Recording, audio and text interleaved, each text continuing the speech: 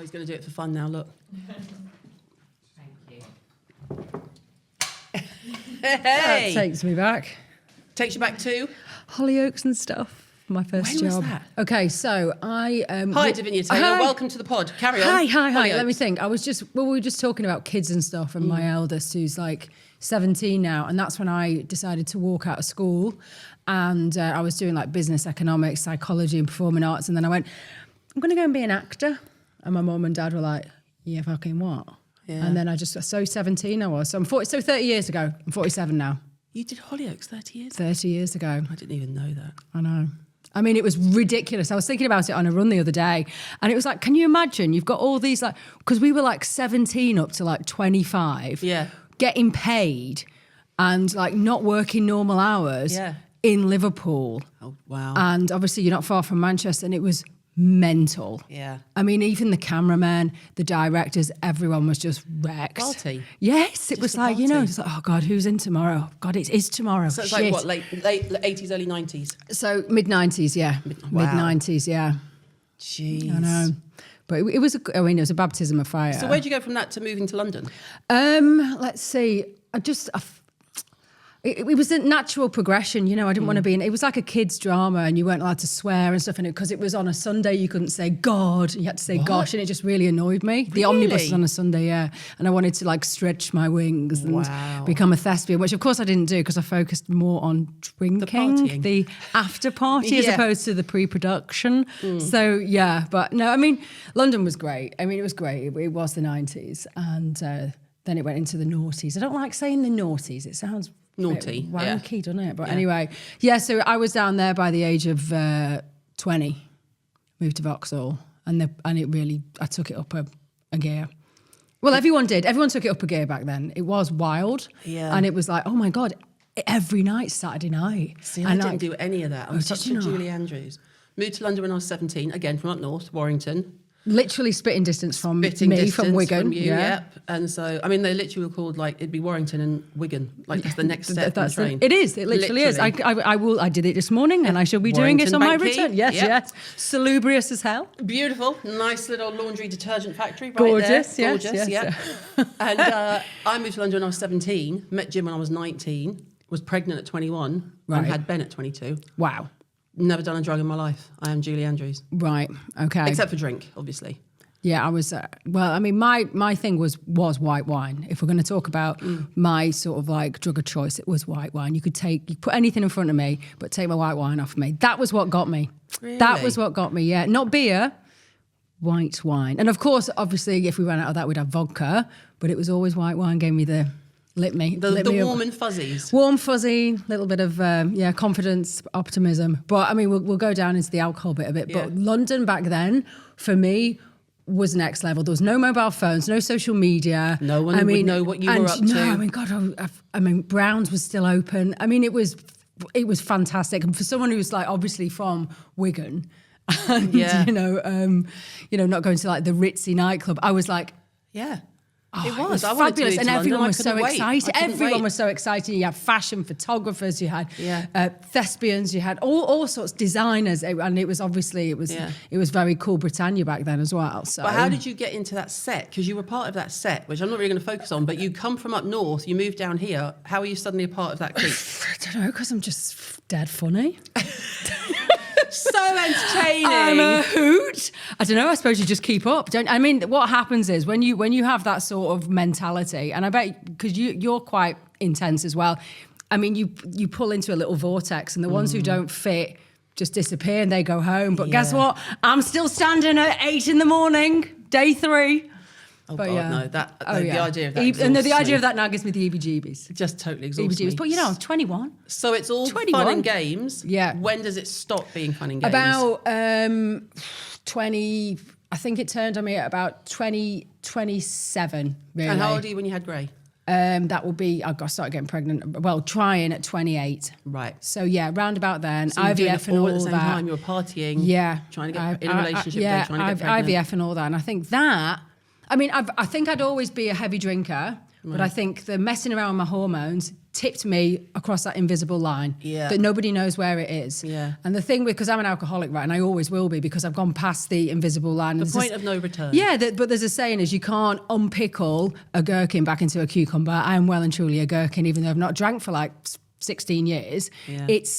It's just the way it is. Like I'll always be allergic to it. Like you're always going to be allergic to peanuts. Yeah. I just have this allergy that if I have one, something happens, my hormones change, and I have to have another one, be it immediately or the next day or the next day. And there's no risk for me. There's no gain. So you actually got sober quite soon after you had Gray? Yeah, well, I had to, Was it a catalyst? Yeah. I mean, that fast-tracked me. Otherwise, I could have been prattling around with glass of wine here, glass of wine there. And for me, I've had all my 30s and my 40s sober.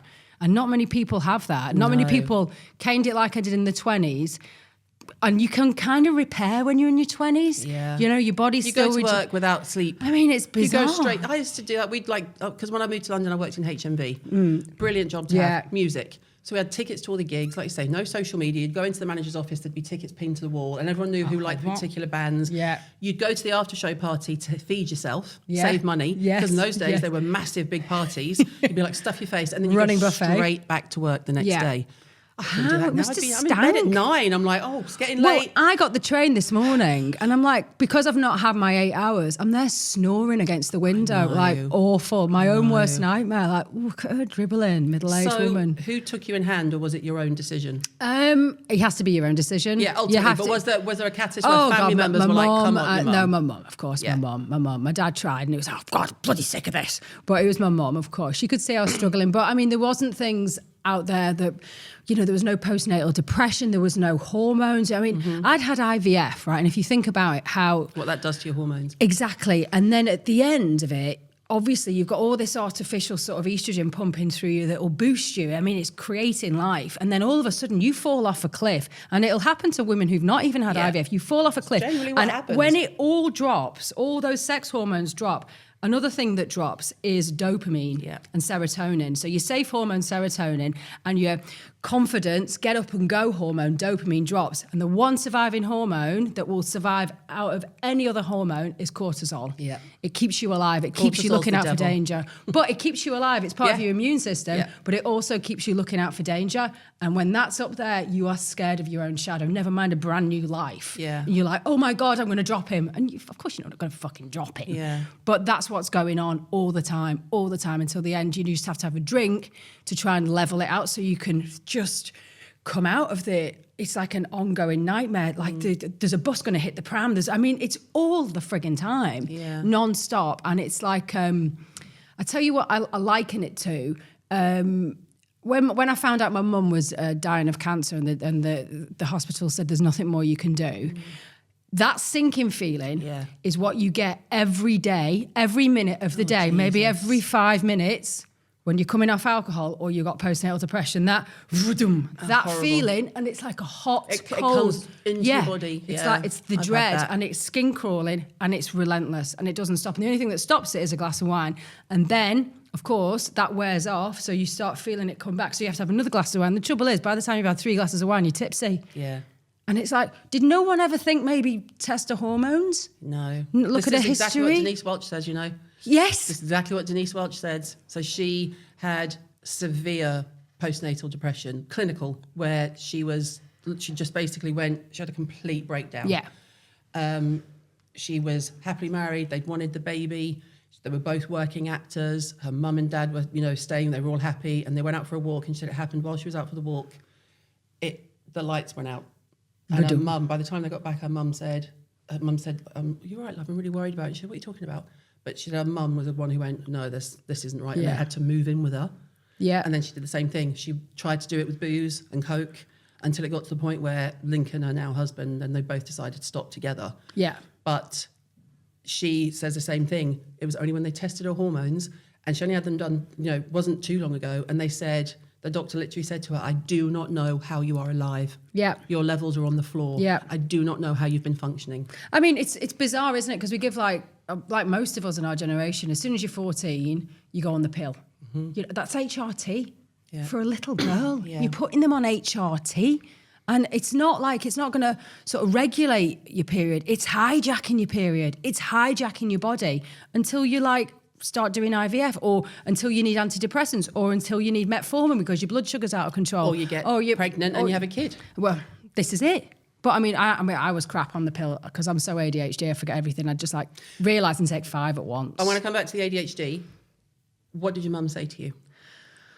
Well, I mean, she... or was it just more of a continued, love, you can't do this? Oh, yeah, but as if I'm going to listen to that. No one's going to persuade me. No. You just literally become sick and tired of being sick and tired. Yeah. And it is because of it stops working and you know it, but you don't know how. So I mean, I've been into a rehab before in the UK, and I could always exit. There was always a back door. Yeah. I could always strategize my way out, manipulate my way out. I'd even hitchhike my way out. Not a problem. Mm-hmm. I can survive anywhere. Yeah. So I went to South Africa. No passport, no phone, nothing. How long were you there for? 3 months. Wow. That's why I worry about social media, because when I was like knocking around in that scene and I had like an element of fame, but it was awkward for me because I'd like have awful stories about me in the News of the World or the Mirror or the Mail or whatever, but I wasn't famous enough to get a table at somewhere swanky. No. So I had the stuck shit in the bit. middle without the good bit. Yeah. And I'm like, I don't even get the freebies, but my nan knows this about me. It's awful. And what I mean is by social media is who gives a shit if you're in the press, because whoever, like if you're two people separated, you're not bothered about it's your immediate family. Yeah. And that's what social media does for every single kid now has got the News of the World circling them. Yeah. Be it frenemies, those like nasty girls, nasty lads, you know, all of that. They are in that position that I was in. And, you know, that does worry me. That really does worry me, because that is... I mean, maybe that's why they don't drink as much. Kids of today take much better care of themselves than we did. My generation and your generation. Shabby, weren't we? They take much better. I mean, they go to the gym. I know. All of my kids go to the gym. I'm like, Jesus Christ, I didn't go to the gym until I was like 54. I know, that last-ditch attempt. Literally, I was 53 when I stepped foot in a gym. 53, and my kid's like, I'll teach you, Mum. I'm like, no, that's not going to work, because it's easy for me to say no to you. Yeah. If my trainer says do this, I'm going to moan, but I'm going to do it. And if you've got to pay for him as well, you're like, come on. I'm not going to not turn up, you know, like sort this out. Exactly. So you will focus on there and come back to the ADHD. So when you come back, what's your situation? When you come back from South Africa, clean head? No, because, I mean, if you think about it, you've only 3 months clean. So you've got to the trouble is, like, with an alcoholic, when you relapse, you are actually sober when you reach for that first drink. Yeah. And that is what you've got to change. You've got to change your whole mindset. And it takes a lot of time. So you come back. I came back, and then so I was in a situation change of where life in 3 months. Well, I mean, I think what kept me sober, and a lot of people will say, no, you've got to be Zen, you've got to be, you know, all very spiritual and everything. Absolute rage got me through. There you go. Absolute anger, and you cannot literally. I think that for the next few years kept me sober as a judge, and I'm pleased that I'm a feisty person, because it kept me sober. If I'd been a bit more, you would have reached the wine I would again. have gone, you know, and that's my whatever. lot. It doesn't matter, because I'm never going to win. So I think any woman who's going through something, use anger. It's a superpower, and it's the biggest motivator. There's nothing like a woman who's scorned, as we all know, and there's nothing more powerful than a mother who is angry. You know, you can change the whole. You know, so I don't really adhere to. I mean, I'm a lot calmer now, obviously. Which is quite terrifying to those of us who only know this Davinia. The calm before the storm. But I mean, I think I've come through an awful lot on the back of rage. And it's, you know, it's a fascinating emotion, and it shouldn't be dumbed down. If a woman's angry, fucking let her roar. Yeah. I love an angry woman. I do. I just think we'd spend a lot of time, especially with like my Gen X, and you're kind of on the cusp of Gen X and millennial, but I think we were always taught to like be seen and not be heard and be ladylike and all of this. Yes. And so when I used to get really angry, my mum would be like, oh no, calm down, love. And I'd be like, why? Why? So angry, oh, you know? God, yeah, my mum was very quiet. So really sort of, but my dad's really feisty, really shouty. And my mum used to go, oh my God, I just can't be with you two. You two are just awful. And then we just go, yeah, that's the end of that. And we'll crack on. No, I did not with my mum, but my dad's got two young boys. One's 12, one's 19. Right, so basically you were on your own. Basically, I was a complete only child. I mean, and just nowhere to be seen. Climbing out of windows, everything. How did the ADHD, without knowing you even had it, because it wasn't a thing when we were kids, right? You were just like a bit naughty, or you couldn't focus, or it was always a whole thing. Class clown, scruffiest girl at school, never had a PE kit, forgot a lunchbox, and never had the special like pound for like whatever. I forgot everything. How I got through my exams, I don't know. Just probably adrenaline. Yeah. Like I'm cramming. Cramming the night before. And there was no coursework back then. It was exams. It was exams. So you just crammed the night before. Like that. I know, when I got my results, I was like, oh, not too shabby. Yeah, but I just thought winged it. It was like that scene in Old School where Will Ferrell gives the speech and he comes out and he goes, I was like, what happened? How did I do that? Yeah, exactly. I'm flabbergasted. I'm flabbergasted I did it. But I think it was just adrenaline and fear. Because I was in quite a strict all-girls school. They said, you do not come back for sixth form, by the way. You are a nightmare. I'm like, whatever. I'm not going to. I'm going to be on Hollylocks, innit? Yeah. See you later. Whatevs. Oh, just a knob. Just a knob. Roll my skirt up. Oh, just a textbook cliche. Maybe that's why I've got 4 boys. Yeah, I mean, yeah. I used to like the boys, and that's God having a sense of humour. I'm surrounded by lads. It's headlocks, it's punching, it's all that. A mess. Yeah, feral. But I'm really messy as well, so they're really messy, and our house is always messy, but it plays havoc with my ADHD because it's the noise. Yeah. But we are really scruffy family, and it's like I try and tidy up, and it's fucking hours in the kitchen, and it's just as bad as when I walked in. I'm like, the effort, I'm exhausted, and nothing is tidy. Every time I walk, I mean, I'm doing like a post or something on Instagram, and I'm like talking like I do just off the cuff. I can always see you washing everywhere. I love it. But I'm looking at like, that cupboard's open again. I'm like, it's me. I leave cupboards open. But you know what I think the difference is? Here's my theory, right? The difference in how, because your success has come about with you sharing on socials. How scruffy I actually am. No, I mean like being real, being you. I think because if you didn't speak and we didn't know where you lived, right? And you had a wellness brand, you know, whatever you want to call it, we would think you were posh and from Surrey or Fulham, right? But it's because you open your mouth and that Preston accent comes out and I immediately feel warm and cozy because that's where I was raised. And then you go, look at the fucking state of this. Because it's true. Because imagine if I had to tidy up before I did a post, I wouldn't even post anything. It's just, I just have a corner. It's just the reality of, and you're also quite cheap, which I love. Yeah. The hair dye. Yeah. Let's just focus on the hair which dye. I did yesterday, as I avoided bonfire night in my kitchen. Yes. So you will literally just go and buy bleach. And shove it on your head. Mum was a hairdresser. We've always had peroxide in the house. So if I had a sore throat, she'd make me gargle with peroxide. I mean, peroxide was the answer for everything. Like Big Fat Greek Wedding with the windscreen. Absolutely. So I've never been scared. I mean, our house used to smell of perm solution because my gran had come over, get a perm done and everything. So it was literally a mobile. So I'm not scared of colour at all. I mean, I suppose if I want to live a non-toxic life, it's probably the most toxic thing I have, but I'm not going grey. Sorry. No. I really liked colour in my hair. Yeah. Sometimes I go a bit darker, but I always go back to the skunk streaks. But like I live on Bondzie Beach. The fact that you do that and saves me a fortune. How much does it cost you? £7. Fucking £7. It's brilliant. And I'm watching the news. And I'm like prattling. And you're on Insta showing us all your roots. I'm just scrolling, you know. And I'm not in that awful hairdresser's mirror that makes you want to have a facelift. What is wrong with the lighting? I now, 6 hours now, like that, if I'm going to the hairdressers now, I think, oh God, you're going to put makeup on. Yes. Put makeup on because you either look like you've just been dug up and you're in the coffin and they're fixing your hair for you. Yes. Or you look like they do your hair and you go, oh, not bad. But you have to wear makeup in the hairdressers. You have to because this is. But I'm like, what? But when did I die? Sorry, no makeup. They're up light, so everything just like drew. And it's like, I'm like that hound dog in the cartoons. Hound dog and the fucking foils. Like, no. I might take up the way you do it, but I've got too much grey. My whole head is grey, so I'd have to have the whole thing. It's just too much. You can just do a bit at the front and look all sexy. I mean, I did the back as well. I mean, I think my granddad went grey really early, so I think I've inherited that, and I think it's a copper deficiency. And blah, blah, blah. I'm going to dig into it because this is getting ridiculous now because my hair grows so fast. But I mean, it's all that collagen and protein, babe. It is, and it really does work. So let's go back to how you get to that, from that to where you are now.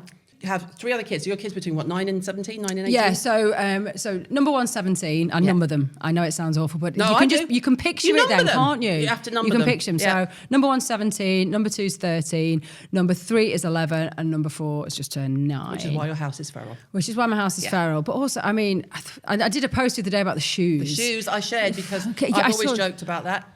What if anyone tries to break into our house, they're going to break their neck on all the shoes. You're done. You'll fall over and you'll die. Like, I told you so. Shoes everywhere. Loser. Yeah. Welcome. Lock the door on your way out. Shoes everywhere. But at least taking the shoes off, it's a gesture, isn't it? Yeah. I'm going to take my shoes off. I'm going to throw them everywhere and get mud everywhere, but they're not on my feet. Oh, I mean, anyway, boys, bless them. They are my life and soul, but they are intense. But it's a lot. It's not for girls. which would be psychological warfare, I 4 believe. girls. Anyone who has more than one daughter, I would tip my hat and bow.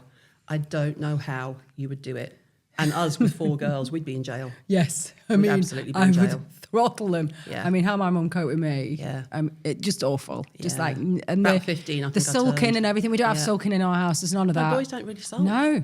I mean, there's a dead arm. There's Yeah. a Chinese burn. Yeah. And then there's a, I've nicked your Snot fortnight. all over the wall. Oh, all Boogers that. everywhere. All that, yeah. Yeah. Oh, he's gross. He's done this. Yeah, You know. farting on their heads. All that. I mean, Why just do used to men- basic stuff. Dom, why do men think farts are really funny? My husband, the 3 boys, my brother, it's hysterical. my nephew, they think it's hysterical. Hysterical. I don't, and I'm like, you fucking stink. I rage, and the angrier I get, the funnier it is. Oh, it's hysterical. I'm like, stop it! It's you disgusting. Dad! You stink. Oh, whoa. And it's like the drama that goes with it. I'm just like, oh, fucking heck. Can we just sit down and eat? So life calms down. I had number 2, and then I met Matthew again. I'd known him since Manchester anyway, since we were like 19. Oh, right, okay. And he's a builder, and he was doing some extension work in my mum's house. And then I said, oh, will you come? I was renting a new house because obviously I'd had the baby and everything. I needed to get a bigger flat. And I said, I fancy painting this flat. It was a rental. I want to paint it absolutely glossy black, so it's almost reflective, deep black. And he's like, are you sure? Are you sure about that? I said, yeah, and it needs to be high gloss, like up, you know.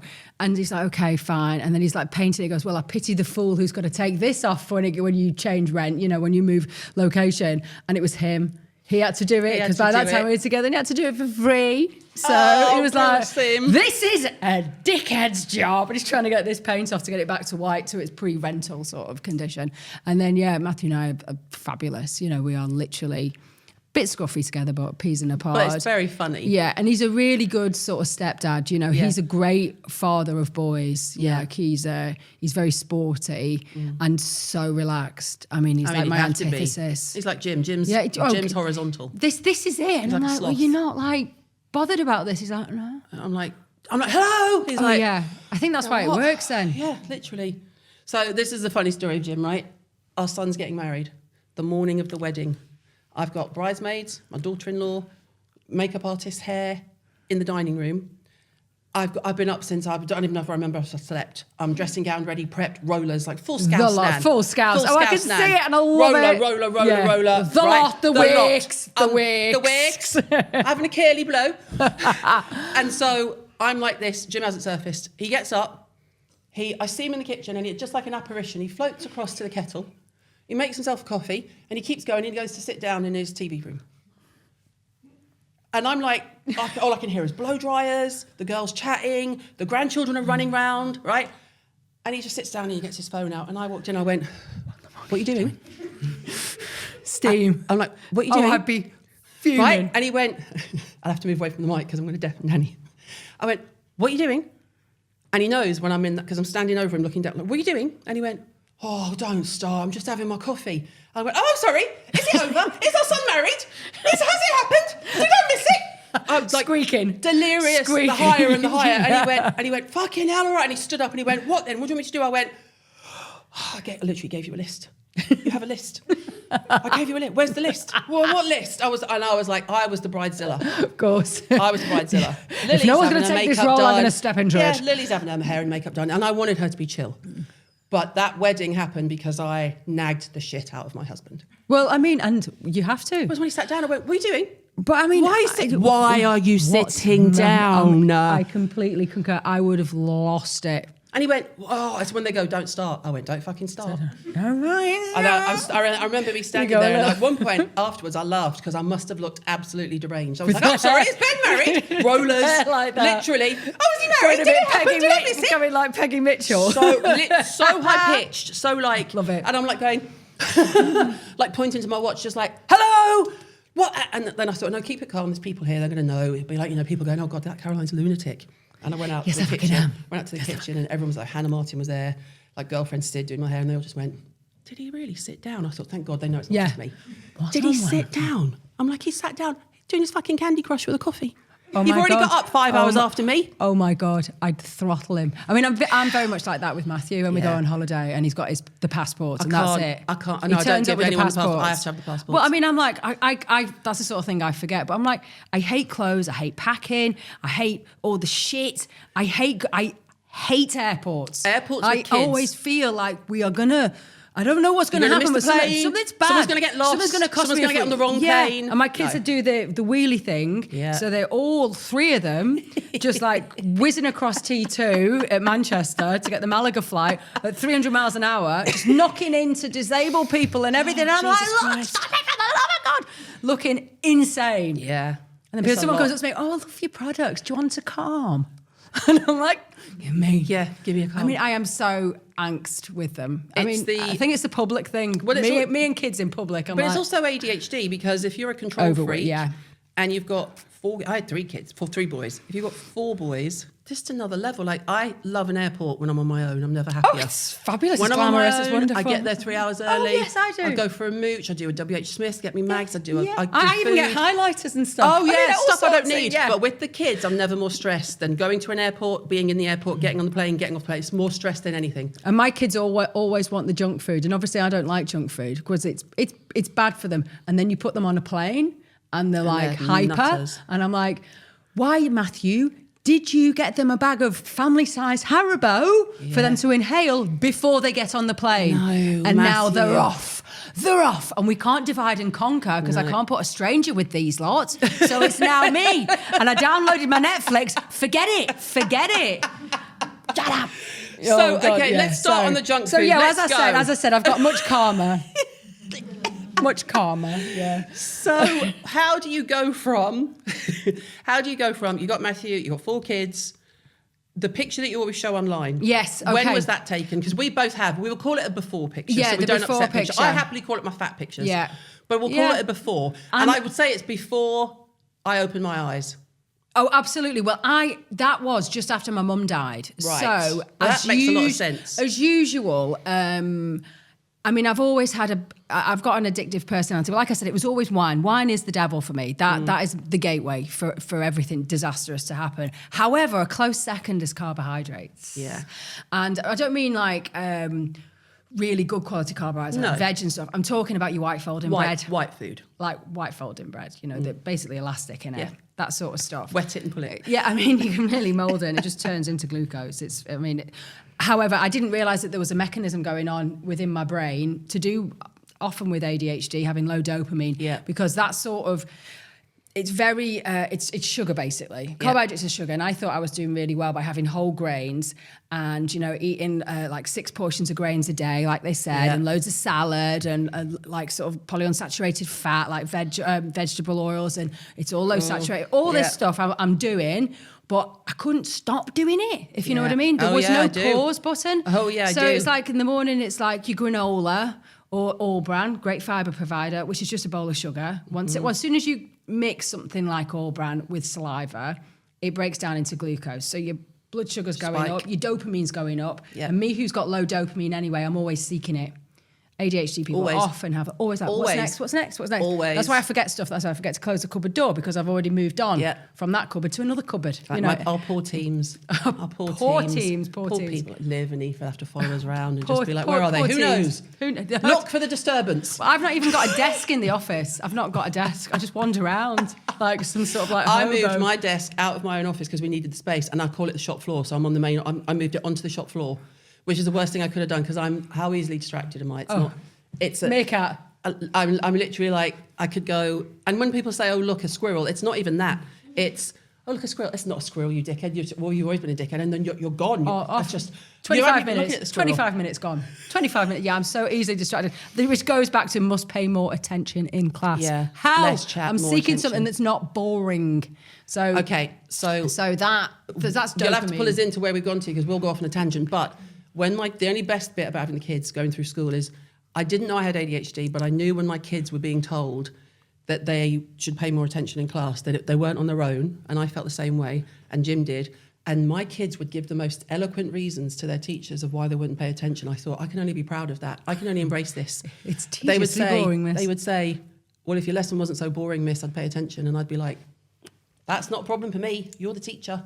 I would be very respectful and I'd be like, oh, don't say that, dear. But secret, I was going, get in, son. Because it is boring. It's so boring. I don't know how for we kids. sit down when I look at it. And I mean, sit talking there for 8 hours. I used to just sit on my leg and see if I could get it so cramped. Always. That it, like, you know, you get up and it was completely Even when numb. you're having fun. Let me move my legs. Something to do. Can't sit still. I mean, I'm completely switched off. God, I mean, like I said, I don't know how I passed Okay, anything. so Matthew, we digress. Overweight mum. Okay, so mum. We're back in the room. Boom. So mum got breast cancer and she died, and I didn't know how to deal with that because my mood was so flat. I couldn't reach for wine and it was just constant grief. So I'd go, oh, I tell you what, I'll make myself something today. I'll make myself a sandwich. And then there's a little bit of a uplift, you know, there's a little bit of something to look forward to. And then it kind of carried on like that, on and on and on, until I kind of realized, it was affecting my brain more than I noticed my body, because it was only on that picture with me in a bikini that I see it, because I used to dress really well for someone who was overweight. Yeah. You know, I'd always wear black and baggy and, you know, it's like, and my face didn't put it on too much really. So basically I'd only look at the mirror. How tall are you? I'm only 5'5". Yeah. But I mean, but like you, it was around the middle. Yeah. You know, and it was like, I can not hide good it there. quite well, but its problem is a bit. It came away from the middle and it came up to my face, and I turned into like Jabba the Hutt. Well, I mean, this is it, and it does travel this stuff, and it's inflammation. It's not just fat. All inflammation. It's absolute inflammation. It is your body screaming out to just. We are a walking, talking, moving bruise, and we are swollen. Yeah. And it was. I would have carried on doing that because I went to the doctor and he said to me, have you ever thought of like having a calorie controlled diet and maybe doing some exercise? I'm like, do you reckon? Fuck off. He also said to me, well, it's because you've had so many kids. Fuck Silly off. me. Well, this is what happens to your metabolism when you have kids. I'm like, wow. try telling the Irish families that when they have 15 children, they were still and like they're this. sticked in. Yeah, exactly. So it was all that. Well, you're getting on. And I was how about old are you at this 30 point? fucking 5. Right. Okay. Do you know what I mean? Age. No age at all. You know. So anyway, yeah, they said, healthy eating plan, low calorie, and, eat little and often, and make sure it's whole grain, not much meat, low fat, everything, which was fucking with my mental health because I need a lot of fat in my brain. I need fats and I need salts. I need electrolytes to spark up my brain to stop me from tootling around, getting bored and prattling around and doing something detrimental to myself. Be it overspending or I don't know, whatever I feel like doing that's just like going on fucking Temu or something and buying just something wacky. Me having healthy mental nutrition in my brain stops me acting out. Yeah. And it makes me productive and happy and satisfied. For an addict, feeling satisfied, it's freedom. Major. And also being able to be a parent. Yeah. Not just be there for yourself, be there for your kids. Yeah, because I'm not constantly, even just a distraction of what we're eating all the time. It's taking the attention from them as opposed to, so go on, show me your drawing that I can't make head and a tail of. Bottom jaw is very good, very good. Show me your homework. I can't do it. I can't do it. Here we go, Pythagoras theorem, my old friend. And that was a revelation. When I started feeding my brain, the weight fell off. But so for me, it was my brain. brain. You do that? What was the catalyst? It was Matt. He says, I say it was me, but it was really Matt. So I have to, So he was like, round about, it's almost 10 years ago, like the biohacking bros started coming out in the States. Yeah. They are dicks. They are dicks. Yes. But there was one guy who, in particular, he sparked off the imagination of Matt, who was he's a bit like me, he's quite addicted to stuff, so he decided he wanted to run the London Marathon, so that's it now. All the trainers, all the gear, everything just came out, all his limbering up, just mortifying middle-aged man in lycra stuff, kicked off, next level. But then he started reading about what Dave Asprey was doing over in America with this thing called a bulletproof coffee. Yeah. Now then, I'd never had coffee. I missed the whole Friends revolution because I was too busy drinking wine. I didn't understand why people hanging out in coffee shops when they could be in pubs. I'm like, this is so beige.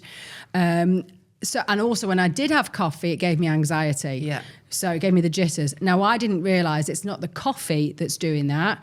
It is the mould on the coffee that does that, and it's my body reacting to it. Right. That gives you the jitters. Yeah.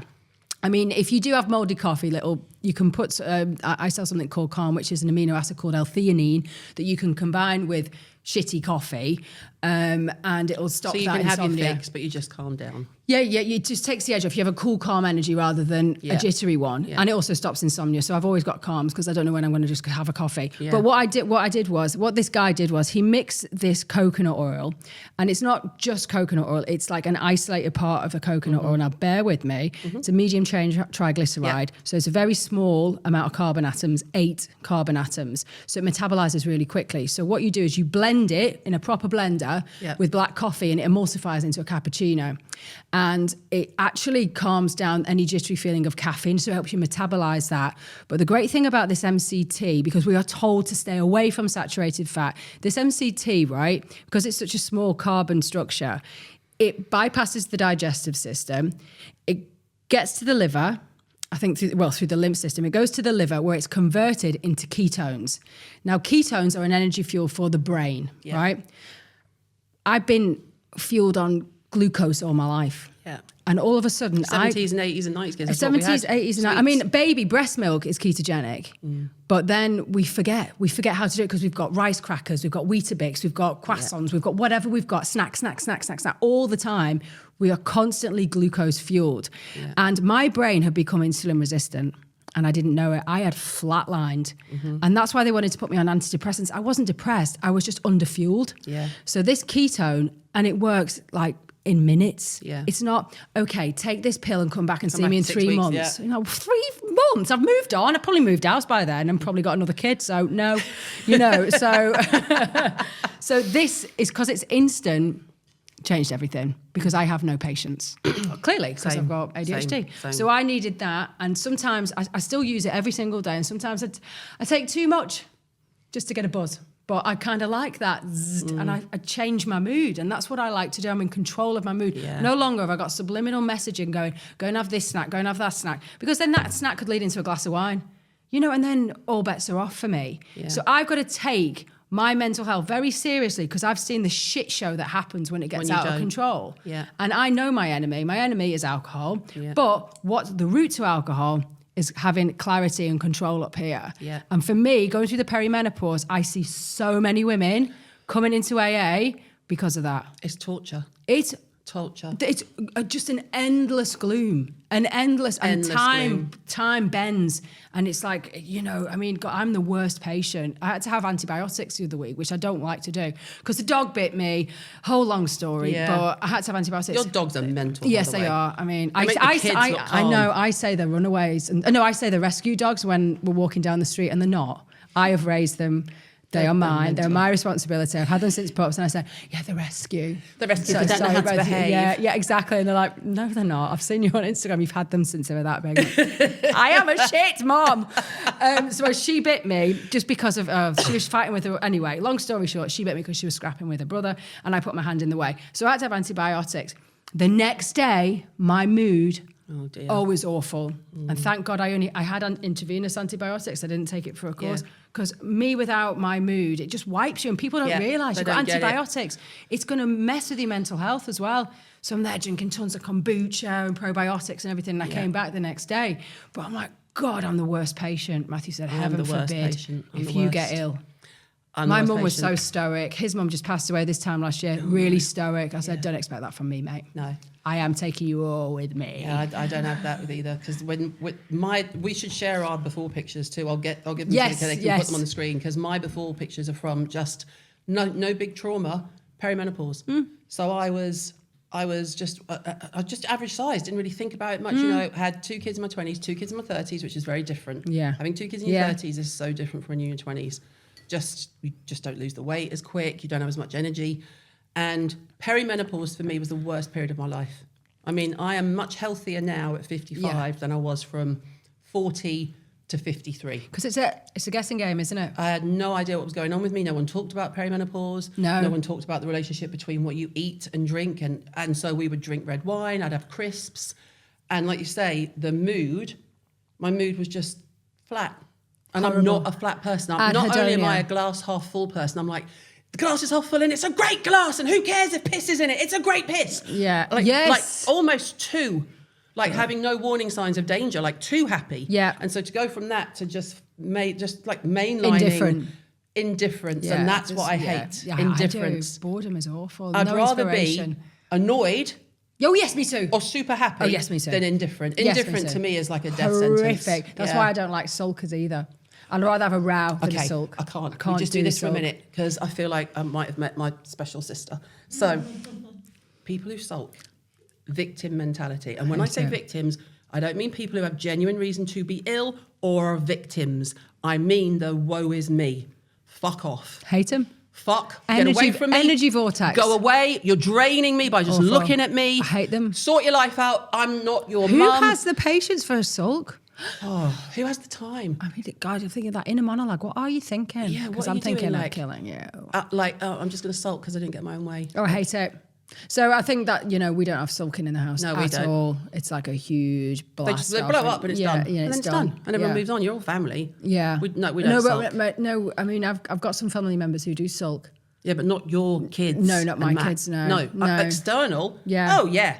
My extended blood Yeah, when I was family, little, they I all have fall cousins out who and- sulked. Yeah. Oh, it used to terrify me. Like, what are you doing? God, yeah. Is this what you do? You don't argue. You don't say, oh, I'm, but why are you trying to get everyone's attention by being a mard? I've tried being a mard. I've tried to sulk before. It doesn't last No. because I just can't. I laugh. Can't keep it in. I try and sulk with Jim. Jim. I try and sulk with Jim. And he'll Oh be yes, like, I've tried that. Yeah, it doesn't work. And he goes, "What are you doing?" He just you laughs said you at look me. stupid. Yeah, he just laughs at me. Maybe they're the same person. Maybe they are. Maybe they're the same person. So you're online. When does the biohacking become more? Because I can't remember when I started following you. It was a long time ago. Yeah, it was ages But and then ages ago. Like when about 4 does- people following me. I think you were like the 5th. When does it? I would have heard the accent and gone, "Oh, I'm following her. She's north, isn't it?" But when does it become what it is now? Okay. Well, it was. I just thought. I was at the school gates and I'd started doing this biohacking, which means you're just hacking into your biology. So basically giving your brain really good fat so you can come off all the junk food. So But you can to caveat this with, there are biohackers out there that are fucking nuts. Oh, they are? And I can't bear them. And they're the ones who bring beef tallow into everything. They hate it. everything's they say you beef can make your own tallow. SPF. Everything's beef tallow. Enjoy your melanoma, babe. It's It's hard to pick out. It's hard to cherry pick the stuff that makes sense. I think what resonates with you. I mean, something you can go, yeah, I get that. Like getting outside in the morning and getting Makes blue sense. light makes sense because you do. I mean, I find myself now because our office is like, we're in a temporary office at the moment and it's like 2 windows back. Like we've got a window overlooking the window and I'm like, it makes me feel claustrophobic. So I go outside and then that actually works for me because your eyes give information to your brain to pump out certain hormones at what time of day it is. Yeah. Granted, up north, it is always drizzly dark. Yeah. and it's always about 2, maybe 4 I'm p.m. stunned that you still live there with your whole mindset. I know. But don't take that out of context. I fucking love being up north. I never feel more at home. No, but I really noticed because I did 25 years in London and then I moved back during lockdown and I'm like, oh, yeah, the north-south divide. grey. Well, it's the northwest. It's like a sort of triangle. It is. Of rain. Scotland gets glorious I sun. know. Glorious sun, but the it's bastards. Like, literally, Get from off the train Lancaster, at Warrington Bank Quay and you've got an umbrella over your head. Lancaster to Warrington is torrential rain or drizzle. And I think that's why we're very funny. Because otherwise... We'd go mad. Fucking go mad. Well, we're mad. And do you know what else I hate? It's just like... Just going to Sainsbury's having a conversation. Well, bloody hell, have you seen state-up weather? Yeah, literally. Have you seen it? It's not stop. It's not letting up. It's not letting and up. It's 15 We're minutes gonna ago. be flooded. We're going to be flooded again. And I told him. So I haven't closed that window. I really kind of vibe with that now because I used to be in London. It's like quick. But now I do have a chat and in booths and stuff. And it's always about the weather. Always Because about the weather. the weather does suck in that particular I know, so we've got area. it's almost like a sinking ship. It's like a vortex. There's a camaraderie of we're all all going gonna down drown together. So let's have a final hurrah. You have to be and funny. You end up having But a that's laugh. also why, because it does get dark, I have an absolute chemical in my brain aversion to the big light. Oh. If you put a big light on, I will literally stop what I'm doing. It stops me in my tracks. It's like literally Superman. You know, with his, what's it called? Kryptonite. Yeah. My kryptonite is a big light. Put big lights on. Well, I'm looking put at... the lamps on. The big light is, to me, utter depression because it takes me back to coming home from school in the dark. Awful. Being at home on my And own having in to the do dark with my homework. brother, having to do homework, eating a bowl of cereal, Yes. watching Top of the Pops. And some On of the those memories Thursday are night, great. Teas of the Peas, yeah. Fame after, Top of the Pops and Fame. Yes. On the phone, on the bottom of the stairs. Oh my God, did you watch that? And getting ready to press record on your video player that you've got. You have to do it with both hands. I remember all Can't that. rewind that, bitch. And so I have the big light for me is the trigger of trauma. Yeah. It is, when it's glorious and sunny, that's why you notice it, because it's glorious. Unfortunately, I've got this mindset that when it's sunny, I actually think, instead of living in the moment, going, what a beautiful place I live in, look at the rolling hills, this is amazing, all the fresh air and everything, I think it's going to rain tomorrow. I'm just You're checking the weather going, it's going to rain again tomorrow. I am on that weather app all the time, and Matt's like, why? So I've got those sad lamps and everything, and I tell you what saved me. I've got this pop-up infrared sauna thing that you zip up. In that sauna, I do it every day. It gives me endless entertainment. I do it every day. I see you there and I can just hear with your head sticking out of it. I literally, when they finish the dinner, they go upstairs and they're playing or whatever, and Matt normally puts them to bed. That's my time. So at like 9 o'clock, I'm upstairs, I zip up this infrared sauna and I put my programs on. At the moment, I'm watching The Resident. It's utter shit. It's like 18 series, like 15 episodes per series, utter American drivel, and I'm really into it. Matthew doesn't like it, so he won't disturb me. And I sit there for 45 minutes in my sauna. And I think that has saved my sanity throughout lockdown because that light, because remember, saunas aren't just about heat, it's about the infrared light going into my cells. And it actually cheers me up. I look forward to that like a glass of wine. Yeah. And I think, I'm watching my terrible programs in my infrared sauna, sweating. I can hear the kids going nuts downstairs, but I'm zipped up and I'm naked in there. I'm not going to come out. They're not going to come in. They're not going to come in because they come up shouting, Mum! I'm like, well, do you want me to get out of here? Because I have no clothes on. Gross! And then they go downstairs again, you know? So, and that's my... And Chica, the dog, she sits next to me. She watches equally shit trash TV as well. And that's my routine at night. I have a cold shower and then my pyjamas on up to here. So it plugs in, eye mask on, sexy nose time. thing, mouth thing, and I go to sleep. Matt's like, what? What did I marry? This wasn't advertised. How did it become will powders? Right. You start biohacking, but how did it become will powders? It was because I couldn't find all these ingredients. So I wanted a really good collagen because collagen is like the building blocks for life, the amino acids. But I still wanted to do, this might sound a bit techie for anyone who's like just listening, but I hack my tea and coffee in the morning. So I put a teaspoon of collagen in there and I put a big tablespoon of this MCT powder in there. And I couldn't get that from anywhere in the UK. Yeah. And I just thought, well, if I'm doing it, other people might do it. So we just set up a little company. There's only like me, Matt, and my mate doing it on the computer because I don't know how to work a computer. Another thing I missed while I was in the pub, the tech revolution. And we just started. And I just thought, well, what do I need? What do women need? What do families need? And it's willpower. We need willpower to be able to say no to these hyper-palatable foods, these bliss point foods that are forced on us. Nestle and Mars Company and, you know, General Mills and all the big hitters, or Unilever, Procter & Gamble, all these guys. I mean, there's like 5 companies that own all the snack food in the world. I mean, it's phenomenal, their power. And it's like, how do we say no to that? If we've been raised on it, we've been exposed to it, we've been conditioned that they're treats, that they're good for you. How do we say no to something that is designed to be addicting?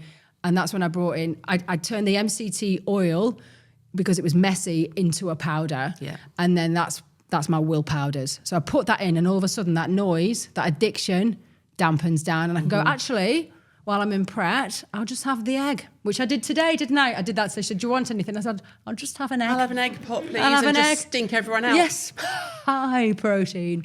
So, yeah, and it's just, white knuckling, be it alcohol, be it gambling, be it food, be it drugs, but white knuckling is the horriblest, time-consuming, energy-sapping condition you can be in. Yeah. It's so boring. It takes so much effort to say no. And eventually, and that's why diets are just the biggest industry in the world. Yeah. Because you white knuckle for 3 weeks, you lose some weight, majority of it water, and then eventually you're going to give up because you've not changed the chemicals in your brain enough to be able to say, actually, I'm all right, I'm indifferent. Yeah. I mean, being indifferent to a hyperpalatable food is insane. Yeah. I have pot noodles on sandwiches. That's my favourite thing. Oh, I used to have a chicken noodle soup sandwich.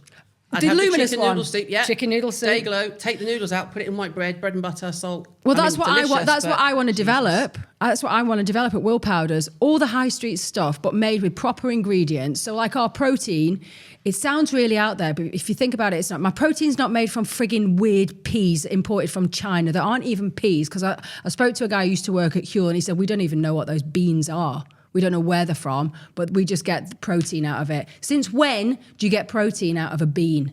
It's never been a thing until recently. Yeah. And it's fake protein.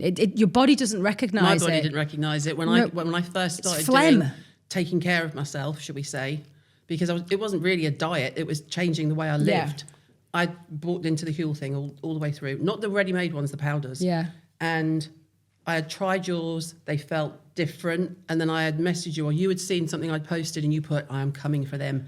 It's full of shit. It is. And then I thought, hang on a minute. And I looked at the label and I was like, Jesus Christ. And I don't know why I hadn't even looked at a label, because in my job with skincare, it's all I do. Yes, of course. Is look at labels. And then I had that moment of, why aren't you looking at the labels? Yeah. You're just taking it from, oh, this is big, this is a big seller, this must be good. I mean, the branding, brilliant. Yeah, brilliant branding. You know, and that's what it is. Because your time, because they literally know that you're time poor, and you just like grab something and it's, but I mean, switching to Will powders, which has only got 5 ingredients in. Hashtag not an ad. Hashtag not an ad. Best thing I've ever done. Because I subscribe. I'm a fully paid up member of the club. I thank you for that. Yeah. I mean, because basically what our protein is, it's bone broth. And when people say to me, what do you mean? I'm like, think of it as oxtail soup, but tastes like Mr. Whippy. Yeah. And that's it. We flavour it with vanilla. We've taken all the beef flavour out of it. So bone broth, if you think about bone broth, nothing to do with Will powders or anything, every civilization through the whole of time has had bone broth as a staple. Since we first created fire, we've had bone broth. It's got all those amino acids. I mean, even 2 generations ago, we were having bone broth. We have just forgotten how to use it. It used to be in gravies, stews, soups, whatever. And so we've got Scandinavian bone broth, and the cattle there are all grass-fed, grass-finished. You know, there's none of this mass industrialization that you get in South America, which is really actually run by the cartels, which I'm actually quite intrigued by, because I watched Queen of the South, and I'm like, I kind of want to check that out. Anyway, but I digress. Our cattle, basically, the Scandinavians do it really well. Think of the Vikings, you know, and they simmer the bones for 36 hours. We dehydrate it, we powder it, and then we put vanilla on top, and we put cacao on top, and we make it taste like a flipping dessert. Because if someone said, you know, when you're like on a diet, it's not too sweet. So people are saying it is too sweet. So I brought out a neutral one. So you can put that, if you want to make bread, put that in there. If you want to make a pancake, put that in there. And then of course it's the soups as well. This time of year, I want soups, you know, like cup of soups, but they're full of shit. So I'm always testing these things, because I don't want anyone's blood sugar to go up, because then it makes it addicting. Yeah. And you'll start reaching for... So if you have like a cup of soup or something, don't sue me, cup of soup, but it's true. Or pot noodle. Let's try something else in the mix. Pot noodle, anything anything that rolls a kettle and powder. Yeah, but literally. But if you have one of those continuous glucose monitors on, you'll see that your blood sugar goes up. So you get, very nice for a bit. But after 5 minutes, it comes down, and then you're like that. So what, Kit Kat? And that's it. You're off. You're off. And so our products, I mean, I could make them addicting, but that's not the point. You have one and you're all right. And you get on with your day, and you finish off whatever you're doing without and knowing that you can have as much of it as you want, because it's bloody bone broth. I mean, the mums that say to me, are the kids okay having protein? I'm like, how the fuck did we get like this? How did we get here when you're giving them the whole, if you open the cupboard, it's probably full of cereal. Well, I'm like, literally. You will give them cereal, you give them Domino's, you give them a McDonald's for a treat, but you're going to question the oldest ingredient known to man, bone broth. I know. And you're like flipping out. I said, of course you can. Of course you can. My kids have it every morning. And I whack a banana in and put some milk in, and then they have bacon and eggs. People are like, what, your kids have bacon and eggs? I'm like, damn right they do. Yeah. They don't have cereal. No. They don't at all. So, I mean, for me, Will powders, I'm trying to make it more of a family thing. I mean, it always starts with the mums, really. We still do frigging everything. We still organise the passports at the airport. Yes, the wedding, you know, and the shop. We decide how healthy the family is, and I'm trying to make it as accessible. So I've got collagen that's completely odorless and flavourless. I mean, my kid's got ADHD. It doesn't smell of anything. You can put it... When Prime came out, everyone wanted a Prime. And I'm not going to say to my kids, no, you can't have that because we're orthorexic and we're No, of course I'm going to have Prime. It was the end of term. And I just put some collagen in and put the lids back on. And they soon got over the Prime, but I'm like, sneaky clever, mum. I won. And like my kid, one of them, number 2, he smells everything. Right. Smells everything. That's Daniel. Son number 2. It's the second, isn't it? Smells everything. Suspicious. Takes a mug from the cupboard and he'll smell it before he puts a drink in it. Yeah, and he says, did you touch that? Did you touch that? Yes. I mean... What is that? Who's a second child? Anyone a second child? No. It's a thing. It's a thing. As much as being the eldest daughter is a thing. Second child, and the second child being male. Totally suspicious. Feral. Totally feral. But he will grab anyone's food. But if they go near his, there's oh my God. At my mum's funeral, you'll love this. At my mum's funeral, genuinely, Daniel prioritises his. So he's the one who's all obsessed with the diet, and he'll fast for 8 hours after he wakes up. He does keto. He does all of this, right? Because he has chronic clinical insomnia. Okay. Really, really bad. So his whole thing is his nutrition and anyway. At my mum's funeral, by the time the food's all out and it's me, I'm doing a spread. It's up north. It's in Warrington. Massive running buffet. Lim, actually. Running buffet. And Miles. when they clear it away, every single type of food. People think it's weird, isn't it? But when you've been through the darkest, and I don't think outside of a child, which you can't, they're not even a name for losing a child, right? But when you lose your mum, worst day of your life. Yeah. Nothing darker, but the dark humour that comes with it. My brother and I, outrageous. I bet, so at the funeral spread, the bloke takes away the chicken, and my brother from across the back of the room can see that and he went, "Hey mate, where are you taking that?" And my brother made them bring out a whole fresh plate of chicken. Well, literally, quite right. Running buffet. What she would have wanted. So Daniel, Mum would have been mortified, if she wasn't already cremated. See, you can't help it. So literally, but I always say, because my mum was cremated as well, and I was like, "Oh, she'd be turning in a grave if she had one." Yeah, and that's literally. But you can only do that if you've been there. Yeah, because people who haven't been there go, "Oh God, is that okay to joke about that?" And I'm like, you have I'm to. doing it. You have to. You have to. Or I'd lose my mind. Yes. Nothing's more untethering than losing your mum. No, it's because I'm coming up to sort of the age she was. You know, like so. How old was she was 59. Right. So it's like I'm seeing that, and it's a real weird one. My mum. What do you do after that? Because you've not really got the matriarch to look to. No, well, my mum only outlived her mum by 9 years. How sad is that? Yeah. My nan was in her 80s. My mum died at 75, and that's when I had the moment of you've got to get your shit together. If this is your genes and your dad's genes are your genes, the odds are stacked against you. You know what you got to do, and this is while I'm cleaning her.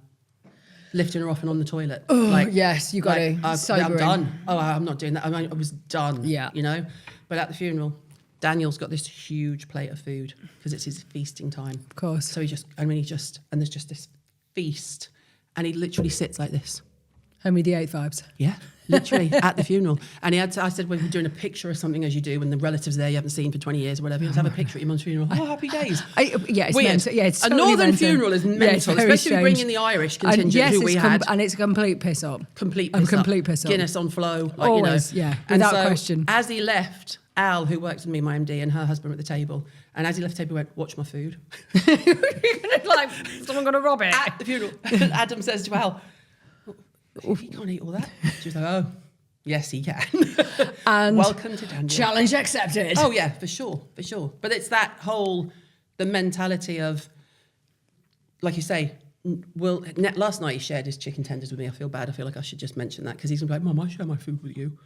But that's the ADHD and his hyper focus is his body, the gym. Yeah, that's exactly that my number 2. Exactly the same. Isn't it crazy? Yeah, it is.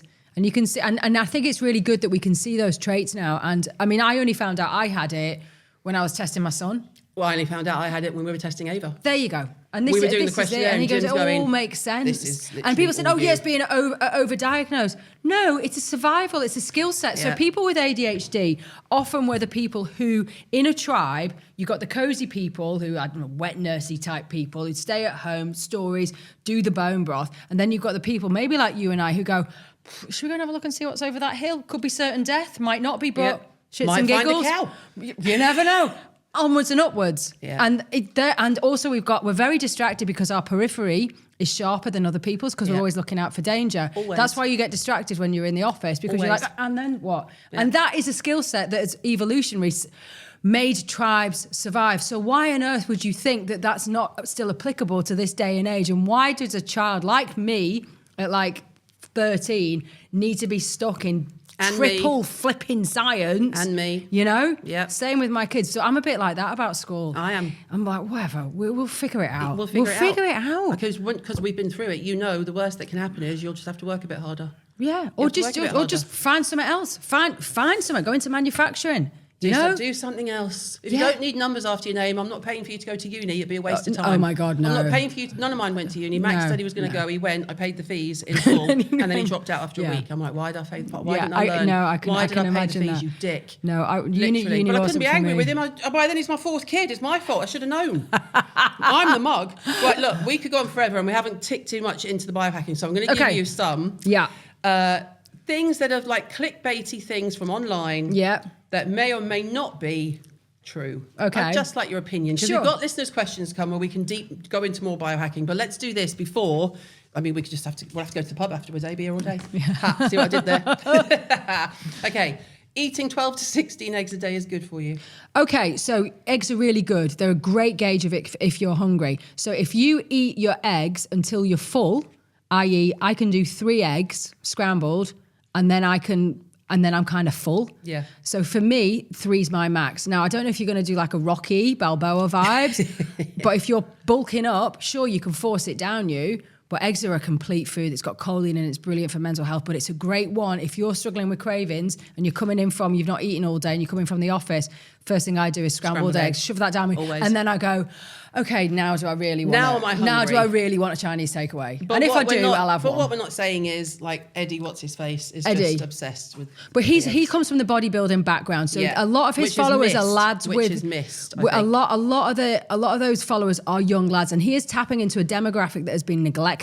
Yep. That has been, you've got your Bartlett type people giving them junk food, giving them acne, giving them gut dysbiosis, giving them estrogen, giving them man boobs, stretch marks, cellulite. He is actually at least pointing them in a direction where they now understand that this bullshit marketing that you're paying into to put someone on a private jet ain't working for your son. So I know but I think you have to over egg things with those lads because they don't listen. They don't as we get know. it. They don't get it. You have to be extreme with lads because they, I'd like the camera to zoom in on you on this one because oat milk is bad for you. It is. Wholly bad for you. Right, so first of all, it's not a milk. I knew it was going to go that way. It's not a milk. It's not a milk. It's not a milk, okay? It's juice, oat juice. Right, so if you think about, how do you feel after you have a piece of bread? Carb coma, right? So of course, carbs are great if you want to chill out. You naturally reach for carbohydrates. So at night, I have carbohydrates. I'm not ketogenic all day, which means fat burning. At nighttime, I have my sourdough, I have my vegetables. You're inspiration for me. When I saw you doing sourdough toast for bed, I was like, this is a revelation. Watching toast Love Island or something awful like that. Davinia says it's good. I'm going to try it. And you're good because you just have a nice little kid. Yeah, because you get a carb coma. And that's the right time of day. Yeah. Because I don't want a carb coma at 3 p.m. No, you don't. Because if you have a sandwich at 3 p.m., you're going to be fighting through the brain fog. So at like 6 o'clock at night, start chilling out, start relaxing, start having your bread if you want to, mopping up gravy. Lovely, lovely, lovely. And spot the northerner. Literally everything with gravy. And love the gravy. And you will feel tired because it lowers cortisol. That's why when you're in constant states of stress, you reach for carbohydrates so you are biohacking, but in a detrimental way because you're going to pile on the insulin resistance. And we don't want insulin resistance because that leads to type 2 diabetes, which is all sorts of puts you really, really, really at risk from all sorts of diseases. So that's why I like to try and keep my blood sugar low for the majority of the day. And then I'll peak it and let it drop at night. And it's a lot easier than it sounds. But essentially what we're saying is carbs drink dairy. A drink, yes. God, sorry, but if you look at the ingredients on oat milk, that Oatly, have a look on the back. Vegetable oil. It's vegetable oil, which is bad for you. I don't care what anybody says. It is bad for you because it does. If you just take some and see how you feel. I mean, there's no such thing as veg oil. When did you last get oil out of a carrot or broccoli? It's marketed brilliantly. Yeah. And what is wrong with butter? What is wrong with coconut oil? What is wrong? It's that processing, it's bleached and everything. And it's so contentious. It's such a dividing issue. But I'm like, do you know what? You want to have your polyunsaturated fatty acids happy days. But there's a great woman called Dr. Kate Shanahan. Read her book. I've got her books. Oh, she is so nice. She is just like the nicest, gentlest scientist. And she gets bullied left, right and centre. And I frigging hate it by horrible doctors and she's studied this, made it a life work. Yeah. She said, no, we're not telling you not to eat. I'm telling you just to swap this out. It's not serving you. It crosses the blood-brain barrier. It shouldn't be in our brain. It swirls around. So that's rapeseed oil, vegetable oil. They call it canola oil, actually, rapeseed oil in America, and sunflower oil. Which are put into those drinks to make them froth, basically. Yeah, froth and creamy. But even when I was having them for tea, and I was having the ones that are just organic, oat, salt and water, I developed an allergy to them. I'd had the cough for 3 years. As people who follow me will know, I'd be doing a live and going, and it was oat milk in my tea. It's liquid bread. Yeah. I mean, if you're going to have bread. Liquid bread, I love that. I want bread, not liquid bread. Yeah, exactly. You want to chew it, right? Yeah. I mean, there's so many nice milks out there, even coconut, but just make sure, if you're dairy intolerant, have a look at the coconut, make sure it's not got the veg oils in. There's loads of really good ones, you know what I mean? And no emulsifiers. It's all going to play havoc with you. It's about counting chemicals, not calories, yeah? Gluten is harmful to your gut. I believe it is. I was talking to an amazing oncologist called Dr. Naisha Winters, and she said, yeah, it is. It is literally, that's why I have sourdough, because when you fermented the bread, it's for 48 hours, it's broken down that gluten molecule, so you won't bloat as much. I mean, you're still going to pile on weight if you eat it like a lunatic. That's why I have it at night, because then I go to sleep, and then I'll stop. And not tempted to eat another 5 slices. But yeah, gluten is an inflammatory molecule, and I think it's changed. I mean, I'm reading stuff about the amount of glyphosate and stuff in these. It's a very deep science. You know, the quality of the grains isn't good. So there's a company called Jason's. Not an ad. By the way, I don't affiliate I've had Jason's anything. bread. It's all good. It's nice, isn't it? And it does fold. And, it does go off quicker, but good. Good. I don't want my bread to last 6 months. No, but you've got to then you just rubbing it in the toaster as fast as you can. Got to get me money's worth. Kids eat. Just scrape it off, it'll be fine. Exactly. Taking too many supplements is bad for you. Our bodies already have everything they need. I mean, it's bullshit. You can't. No, you if can't. If they had everything we wouldn't have hormone replacement therapy. No, exactly. And you wouldn't know. Absolutely not. I mean, the quality of our food. And also the quality of our supplements. Exactly. And I mean, there's things that we now know from all over the world, like curcumin. My ancestors wouldn't have known about curcumin because turmeric wasn't here, but we know curcumin is a pain relief and it's an anti-inflammatory. Of course I'm going to use that. Yeah, it's also used in skincare now. Is it? Yeah, is it really? Skincare as an anti-inflammatory, yeah. Is it now? Curcumin, them lot. So, yeah, I mean, I think there's so many things you can tweak and that's about what biohacking's about. You know, if you feel a bit shit one day, have that. If you feel good that day, pep it up with that. And that's why I love it, because it's it's nuanced. Each day is nuanced because it depends on my sleep, how I'm going to react. Perimenopause symptoms can be reversed by changing your diet and lifestyle.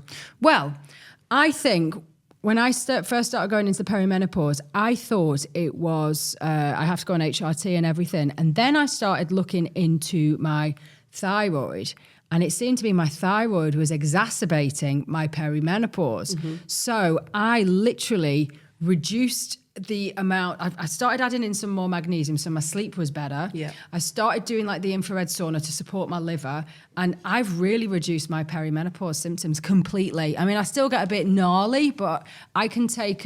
We used to sell a supplement called Estrogen Detox, but we can't because it's novel food now. But you can get it in France.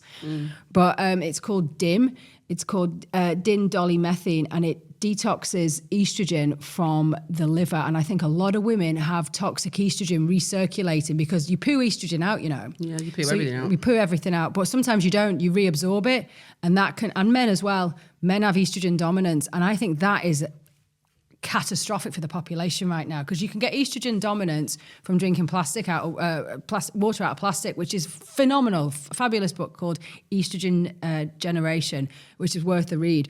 But that particular supplement, DIM, D-I-M, is brilliant. You need calcium D-glucarate as well to take it through phase 2 of the liver and then get it into the loo. But we don't talk about that. Detoxing estrogen, used up toxic estrogen, and then you don't get the symptoms as bad. So it is that detox pathway. I think the problem becomes when you say perimenopause symptoms can be reversed by changing your diet and lifestyle. I know if I hadn't taken HRT, I'd have lost my mind. Absolutely Quite possibly, lost my mind. Yeah. And it was taking the HRT that made me then go, oh, right, now I can think clearly. My brain cleared up. So I think if you're lucky enough to come into that age knowing what you knew and knowing, well, I could maybe help myself here and make sure I'm not going on the wrong foods and da-da-da. Because for most women, the true story is without HRT, we'd be so much worse off in terms of calcium for your bone density, everything, and it's neuroprotective. Everything. So I take estrogen 2 ways. I have testosterone. Yeah. I have progesterone 2 ways. I'll take it all, but I don't drink anymore. Yeah. I look after myself better. Yeah. I mean, you can always do better, But I think what really wound me up recently was Eddie again said this on That's Where It's Come From. I saw that. He said perimenopause symptoms can be reversed by changing your diet. And I wanted to go, you're a fucking man. You have no idea what you're talking about. And even if you're coming from a good place, all you've done is piss off a load of angry women. I know, because also there's all the whole women's health thing that went wrong when the big scare about cancer and everything. And you're just like, there's so much confusion, because I personally, my mum died of breast cancer, not BRCA1 or anything. And so therefore I'm at high risk, but I'm not joking. If I'm losing my mind, I'm going to take that chance. I am not losing my mind again. And also BRCA1, if you haven't got the gene. Well, God knows why did she get breast cancer twice? They don't frigging know. No. They don't know. And they don't care. They don't care. No. They don't care. Patriarch. Okay. If you cut out carbs entirely, you will eventually experience higher energy levels. Well, I mean, I find that is the case. If I go into full ketosis, which I did do before my first London marathon I did, I know, midlife crisis. I did go into full ketosis, and you do actually, you suddenly start fat burning, then the body realizes it's got no glucose, so it goes into using those ketones, and you've got endless supply of ketones, particularly if you're overweight, and your body just but I tell you what takes you back out: boredom. So I want a snack. I want a treat. I want to do something. We're going for you do Chinese. love a run, though. Running's your thing, isn't it? Running's my thing. And it's not a fast run. It's just boom, boom, boom, boom, listening to house music. I have a load of nootropics, which are ingredients that rev up the brain. I've got something called brain powder, and it's got a really cool ingredient in there called macuna purines, which is L-dopa, precursor to dopamine. So me being dopamine deficient, it rams it up. I put some house music on, pretend I'm still in the house, and off I go. When I'm not, I'm just running around the country. Running with the dogs. Running with the dogs, in the rain. waving at people. I'll do. And all that really rock and roll. Oh, bloody weather. It totally and utterly gets my day into some sort of alignment. When do you run? Straight after drop off. School drop off, run. yeah. And they're like, please don't run near the school. But, okay. Yeah. They share that universally. Mortified. Yeah. Me with all the gear on.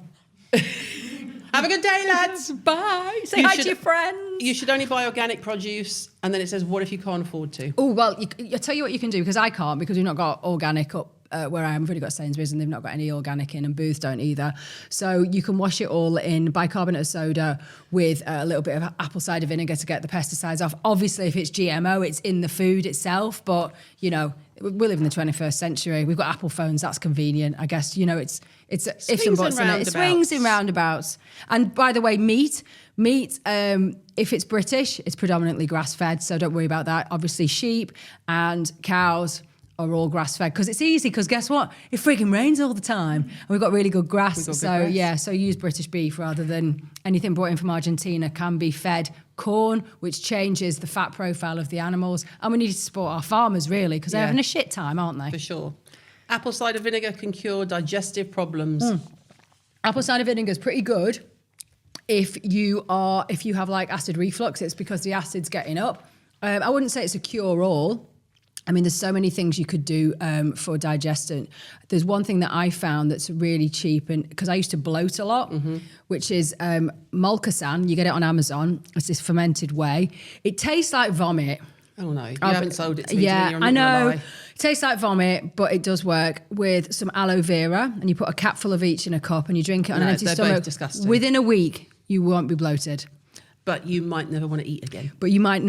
And your breath. Just feel like you vomed. But it does work, and it's cheap, and it's there, and it's really good. Particularly if you've got you've been overindulging and stuff, and you've you've just got that bloated feeling after Christmas and everything. It's a great thing to do just for a week, and it's only a few quid. So Mulcasan and aloe vera, but it's vom. Okay, great. What an ad. Sugar is the enemy, and we should avoid it entirely. Well, I think veg oil is worse than sugar, I'll be honest with you. I think the body's always had sugar. We've always had honey. We've always had fruit. I mean, obviously taking it, there's a capacity that you'll have and you'll stop eating it. But I think the veg oil is easier to swap out because A, you won't crave it. B, it doesn't taste of anything. And I think the body can metabolize sugar. Obviously, we've got too much of it. We've got carbohydrates constantly. We've got carbohydrate covered in sugar constantly, and that's addiction. However, my enemy 101 would be veg oil, and it's easy to remove because you don't crave it. So, the best way to cure IBS is to increase fiber in your diet. I don't think so. I really don't. I think that fiber thing's been over-egged. I think it's more about the probiotics. And I think it is about decent amino acids in you, so decent meat. To be honest, if I go meat only, so I did carnivore for January just to see what it would be like. And yeah, no digestive issues. Strangely, I pooed, sorry. I normally have a morning poo, and it shifted to the evening for 2 days, and then it came back to the morning. Why? I don't know. My digestion was, because obviously fibre sort of like binds it. Fat is the laxative. Yeah. Fibre just binds it kind of together. And it does, there is elements of fibre that will help make the probiotics grow because they're prebiotics. However, I still think the amino acids, the proteins, are the ones that heal the gut. So that's why I have loads of collagen, because it heals the gut. Bovine collagen heals the gut, leaky gut. And it's a thing now. Although if you go to your doctor and you say you've got leaky gut, they say it doesn't exist. You've got to say digestive permeability or something.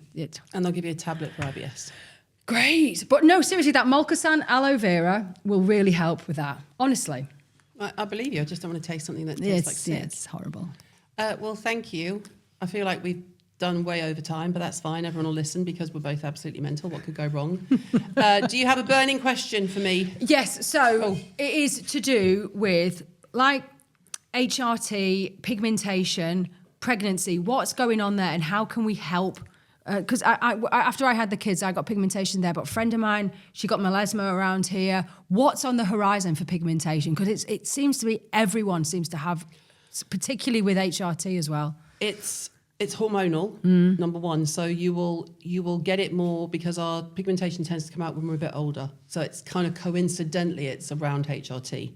But really the damage is done when you're younger. So when you go on the pill, when you have kids, when you are perimenopausal, any fluctuation in your hormones, so yours would have had a battering, literally, any fluctuation in your hormones can stimulate but melasma. So melasma is the one that is kind of more prone. We're women are more prone to it, and it's usually around childbirth. They call it butterfly. You get the here or here. Your the biggest thing you can do for it is SPF. Yeah. And a lot of people don't want to hear that because they think it's the new. I blame the biohackers for the SPF is the devil conversation, which is a whole other subject. But SPF is number one. It's triggered by heat, not just sunshine, heat. So saunas won't help. I mean, if your face is sticking out of it, you might want to sit with a cold flannel on your cheeks. Yeah. Wear a hat, sit under an umbrella. But the thing is, you can treat it. Like now, clinics will be really busy at this time of year treating melasma and pigmentation because the sun's not out. But the minute the sun comes back, and because we're very Northern Territory, our thing in the sun is we all do this. And it's instantaneously back. So you can treat it and it doesn't go out, it sort of disperses, but it will come back. It's a bit like your normal functioning melanin has just had the volume cranked up and it's going off like fireworks. It's overstimulated and it's hormonal. And there's not a lot that you can do. For the average person who gets it, you can treat it, but the best treatment is prevention. You can't do anything about your hormones, that's going to happen. So someone who's never had a kid, never been on the pill, could still easily get it because they will go through menopause. I wonder if there's any way to figure out what's going on in the liver there that is kicking that off. It's got to be something to do with that. There has got to be there's something's blocking, isn't it, that it's flaring that up. Anyway, well, if you find out what it is, I'll do it with you and we'll launch it as a product together. Why not? Because it will change the world. It will change the frigging world. Things to do on the train back to Preston. Yeah, but if you want to do something, if you have it, you can go and see someone who can get it treated. You can do laser, creams, all that sort of stuff, peels. It will inevitably come back. Maybe not as bad as you had it before. So SPF is your best bet. And even like if you put like a fake tan on it as well, it just like... Well, the fake tan is just sticking to the more colour. Yeah. So where you're darker, you're going to tan darker. That's all it is. So it's putting makeup of one uniform colour on your skin, but your skin is not a uniform colour. Yeah. So your self-tan doesn't cause melasma. Okay. It just makes it look darker. Makes it look. That's all it is. Okay. It's just tanning your pigmentation. So you want to do the whole lot, See the scouser in me, a whole lot of pigmentation. Curlers. What are you doing? Tan, curlers. Davinia, thank you so much. Thanks for having me. I mean, you'll have to come back because I haven't done any other questions that are on my list. Of course.